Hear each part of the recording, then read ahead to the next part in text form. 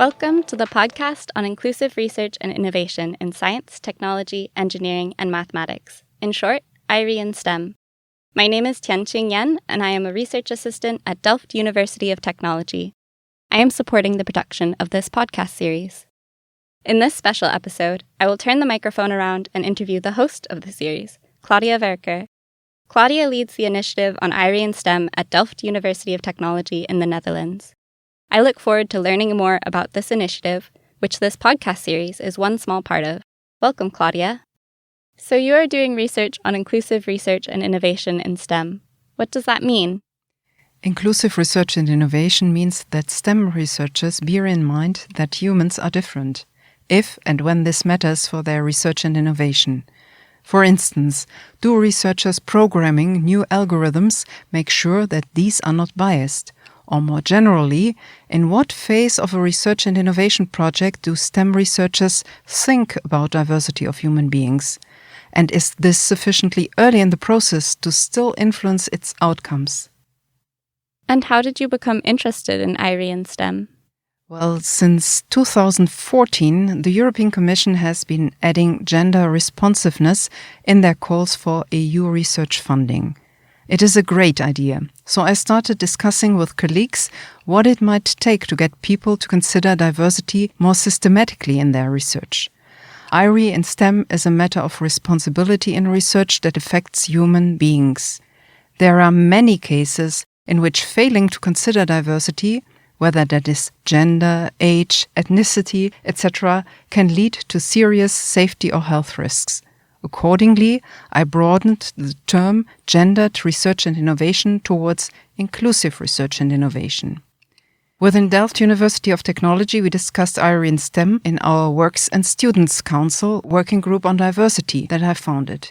We also discussed it with the board of the university. The result was that since 2022, IRE in STEM is a strategic priority at Delft University of Technology. It sounds like you are doing quite a bit with IRE in STEM. What is the biggest challenge that you face in your research? Well, as you might expect, like for many researchers who leave the beaten track, funding is a challenge for us. Currently, the funding is more like an afterthought or nice to have in engineering projects. Yet we need to look at it as a crucial part of engineering research because looking at STEM from an IRE perspective highlights its impact much more than it does when you do research the usual way. And colleagues are usually enthusiastic about the idea. Our research on IRE and STEM will help us understand how to make research and innovation processes and outcomes fairer and more impactful. So I'm lucky that more and more colleagues join with their projects. Usually, these are engineering projects with some budget for investigating social and economic impact, sometimes even explicitly something about diversity. The colleagues then dedicate this part of the budget to investigating IRE in STEM. So you mentioned working with colleagues, and interdisciplinary collaboration is something you always talk about in your interviews. So in what ways is your own research interdisciplinary? Well, for me, it is crucial to collaborate with STEM researchers because ever since my PhD thesis, I have been focusing on the economics of technology and innovation. It is no coincidence that I have been working for universities of technology for most of my career. So input from STEM colleagues is an important part for my work. The opposite is also true for those STEM researchers who are interested in the ethical and socioeconomic part of their work. They need the input of social sciences and humanities, that is, understanding where and how ethical considerations can help them, for example, programming unbiased algorithms. This kind of close collaboration between STEM and social sciences and humanities is very present within Delft University of Technology.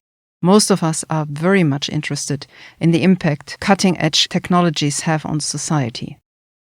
And if you had to suggest one strategy that researchers could employ to make their research more inclusive, what would it be?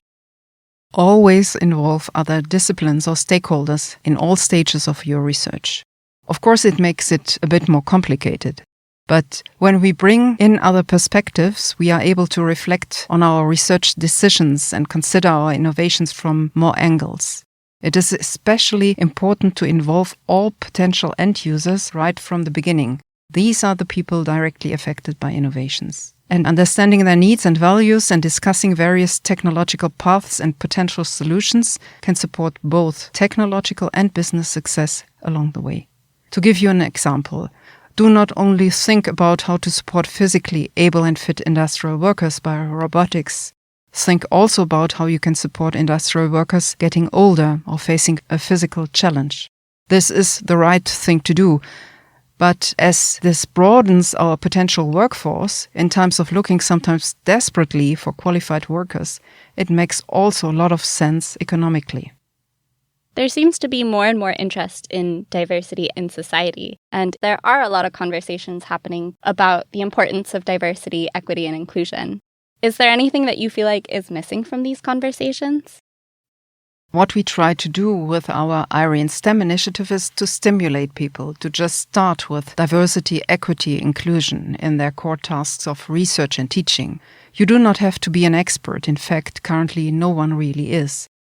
Yet you can become one. If you do research about car safety and security systems, consider what differences in body shapes and in behavior might mean for making cars safe. If you form groups of students while teaching, make sure that the groups are diverse, for example, by asking students to have at least 2 nationalities present in their groups. And most importantly, keep reflecting with others of how you do this and how you could improve what you are doing. Thank you so much for sharing about your research and your thoughts on IRI in STEM. It was my pleasure.